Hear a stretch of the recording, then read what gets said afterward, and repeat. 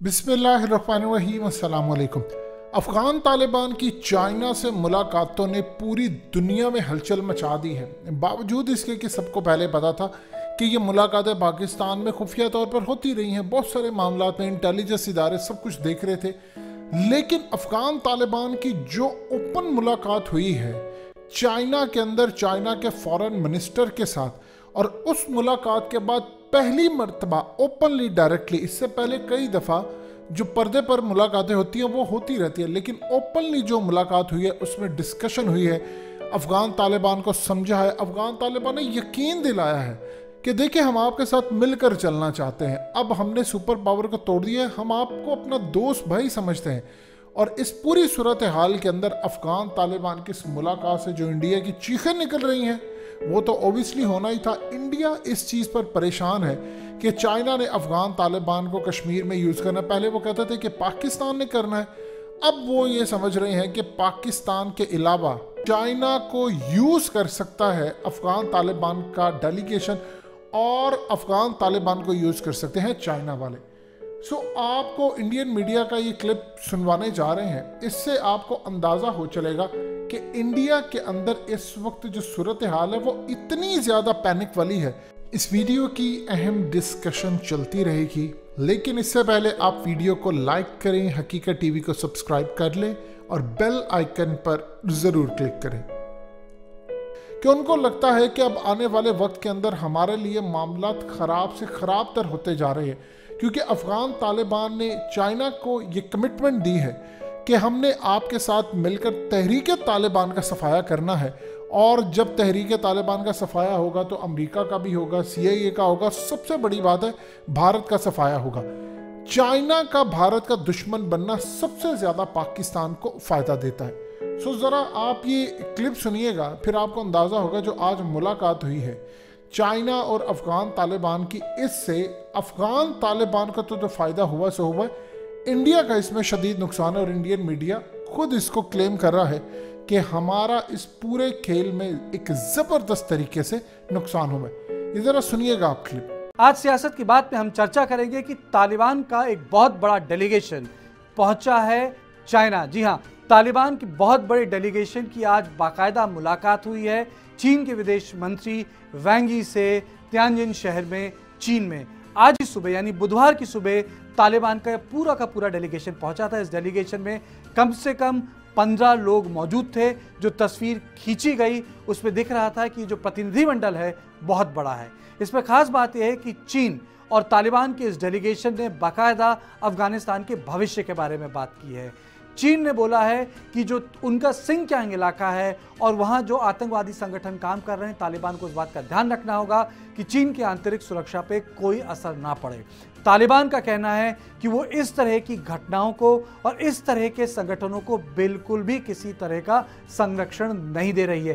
तो आप देख सकते हैं कि जहां एक तरफ घनी सरकार काबुल में लगातार लड़ाई लड़ रही है तालिबान के खिलाफ, उसी वक्त तालिबान की मुलाकात चीन के विदेश मंत्री से हो रही है, और ये बाकायदा लंबा डिक्लेरेशन एक निकालते हैं कि ये जो बातचीत थी दोहा में, अमेरिका ने तालिबान के साथ चुपचाप 2.5 साल पहले शुरू की थी, किसी को कानो कान खबर नहीं थी, और अंत में तालिबान पहुंचा है चीन।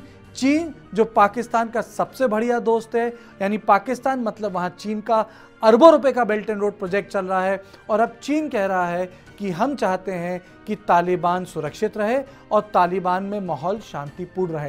यानी चीन ने एक तरफ तालिबान से बात करके साफ कर दिया है कि चीन तालिबान के साथ ही अफगानिस्तान के भविष्य को जोड़ के देखता है।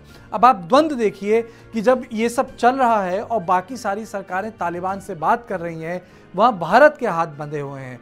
विदेश मंत्री अमेरिका के भारत पहुंचे हुए हैं, उनकी मुलाकात हमारे विदेश मंत्री जयशंकर से भी हुई है, उनकी मुलाकात नेशनल सिक्योरिटी अपरेटस से जुड़े तमाम बड़े लोगों से भी हुई है, और अमेरिका बार बार कह रहा है कि अफगानिस्तान की जो सरकार है उसको हमारा समर्थन है।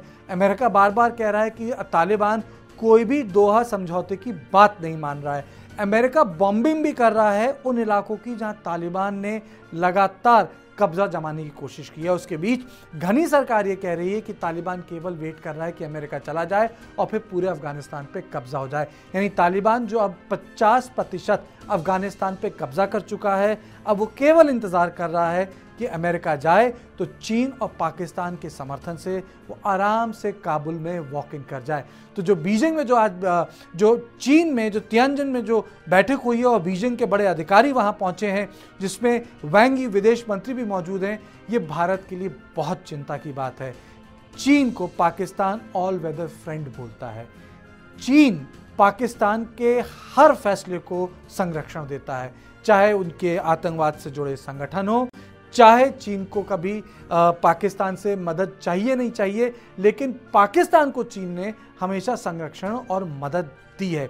ऐसे में चीन का होना 3 चीज़ें हमको बताता है। पहला, यानी भारत के जो बुनियादी आप जिसे कह सकते हैं बेसिक इंफ्रास्ट्रक्चर, बुनियादी ढांचा है, उसको खतरा होगा। हमने सलमा डैम बनाया है, हमने काबुल के आसपास सड़कें बनाई हैं, राष्ट्रीय राजमार्ग बनाए हैं, क्रिकेट स्टेडियम, पार्लियामेंट, औरतों के पढ़ने की जगह, हॉस्पिटल्स, इंदिरा गांधी हॉस्पिटल, ये सब भारत के बनाए हुए हैं। कहने का मतलब है ना तालिबान को इसकी ज़रूरत है और तालिबान ना इस पर कब्जा करना चाहता है, यानी वो सारे के सारे ख़त्म हो जाएंगे। दूसरी सबसे बड़ी चिंता की बात है, जिस तरीके से बेल्ट एंड रोड प्रोजेक्ट चीन का है, जिसके लिए ग्वादर बना है, हिंदुस्तान ने भी बनाया था चाबहार ईरान में। तालिबान में जब चीन आ जाएगा तो इससे 3 चीज़ें साफ होंगी। पहली चीज़ ये साफ होगी कि अमेरिका और रूस के जाने के बाद जो अफगानिस्तान की विदेश नीति है वो चीन तय कर पाएगा। अफगानिस्तान के जो मुजाहिदीन हैं, जब ये युद्ध खत्म होगा तो वो क्या कश्मीर की तरफ रुख करेंगे? जब पिछली बार भगदड़ मची थी तो कश्मीर में भी आतंकवादी घटनाएं बढ़ गई थी। ये सबसे बड़ी चिंता है भारत की।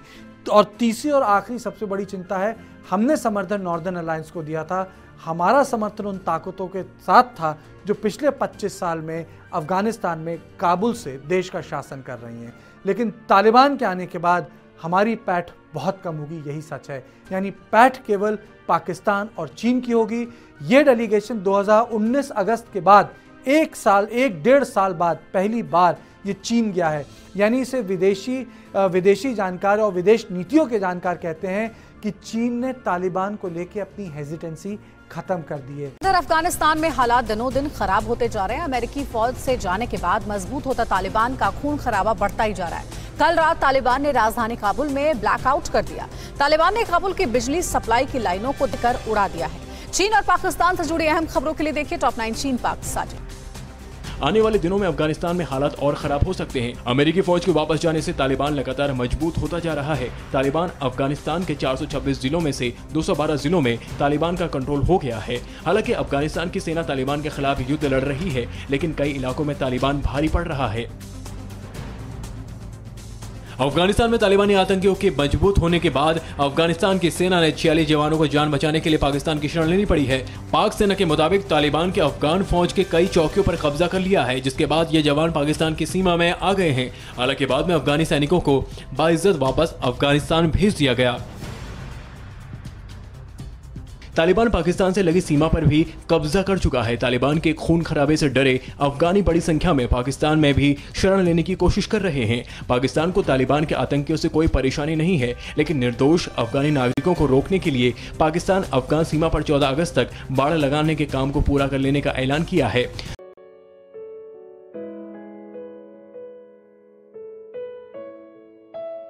हकीकत टीवी को सब्सक्राइब करना मत भूलें, वीडियो को लाइक करें, शेयर करें और कमेंट सेक्शन में अपनी राय का इजहार ज़रूर करें।